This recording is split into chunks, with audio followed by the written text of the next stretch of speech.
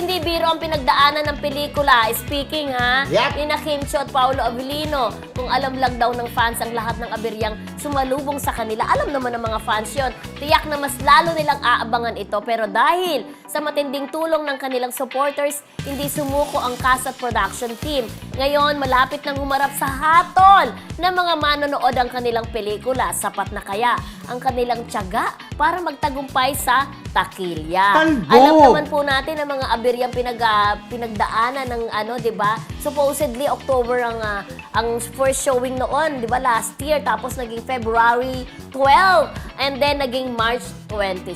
Tapos nagkaroon pa ng aberya, 'di ba, nung magkaroon ng issue itong si Kim dahil nga nagalit sa kanya ang mga supporters ng dating Pangulong Rodrigo Duterte nang banggitin niya ang salitang deserve na bahagi lamang po ng kanyang spiel sa kanilang Correct. programang It's Showtime. Pero binigyan ng kulay o kahulugan ng mga Correct. supporter niya. Yun yung sinabi, deserve niyang rumesback sa buhay. Para yun po sa grand respect ng taong ng taghanan sa It's Showtime. Oo. Pero still, no, hindi naman nakatulong yung mga pagbababas din kay Kim Chiu. Talaga, eto ang balita friendship.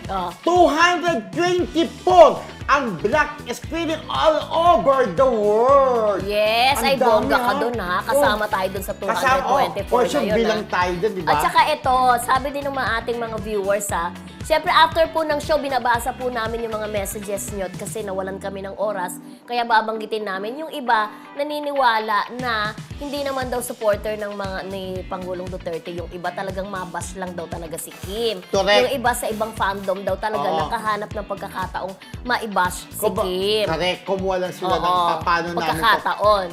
ano yun, ibabas. Yung, kasi di ba may word na gano'n? Titirahin, parang titirahin yung gano'n. na Kasi parang, pero parang di pero kasi ang maganda pangit yung na word eh, oo. Pero still, di ba, umiyak-iyak nga si Kim Chiu. Yun nandun sa ano, di ba, Cebu, na grabe, dami ng tao. Huwag ka nang umiyak, lips kita sabi niya. Ikikis. Siyempre, Yung level up. Kinilips na sinasabi ni Paulo, Ikaw di ba? talaga? Pero yung nakakatuwa na talaga sa kabiyan ng mga pambabas kay Kim Chiu, tuloy-tuloy pa rin po ang suporta ng mga tao. Hindi apektado. At ang nakakatuwa nga, di ba, dahil Oo. naibalita na natin, na yung pagtakip ng mukha niya doon sa isang bake shop na Oo. ini-endorse, sumulat sa kanya tagpadala ng flowers yung may-ari, di ba? Correct. Yung hindi may-ari, yung talagang may-ari ng bake shop, hindi doon sa Davao, di ba? Na sabi Parang niya, franchise yun o eh. franchise. Pananagutin namin kung sino man ang gumawa niya siya, hold up, charos. Okay, again ha, sa Lunes tumutok kayo, kailangan nandun kayong lahat para manalo po kayo ng ticket. Gawin na natin kayang tagtatlo. Tagtatlo. Malay mo kasi asawa niya, anak niya, at saka tagtatlo. Yung kabit na asawa. Ikaw talaga. Charas. Hindi.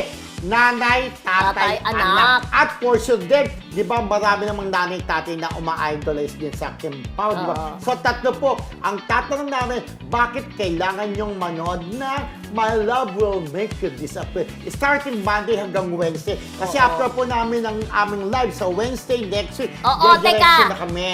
Sasagutin nila ba't kailangan nilang manood. Pero dapat may pangalawang tanong yan. Mm. Pang-ilang taon na po ang Marisol Academy. Siyempre, Yeah. kailangan may ano sa ating Sige, programa. Pang-ilang taon na ba Pang-ilang kami? taon na Malapit kami. ang aming anniversary sa March Oo, 27. correct. Pang-ilang taon na. Oo. So, bigyan natin ng clue. Lagpas isa. Susunod sa isa, alam nyo na. Para alam nyo na. Oo. Lagpas isa ang anniversary ng Oo. Marisol Academy. Susunod sa isa. At kung Yun na bibilang, yun. kung bibilangin nyo si Kim at saka si Paolo, ilan sila? Ilan diba? silang si Kim at At si saka si Paolo. Paolo. Ilang Equals. tao yan. Equals. Diba? Kim, Paolo equals Mary.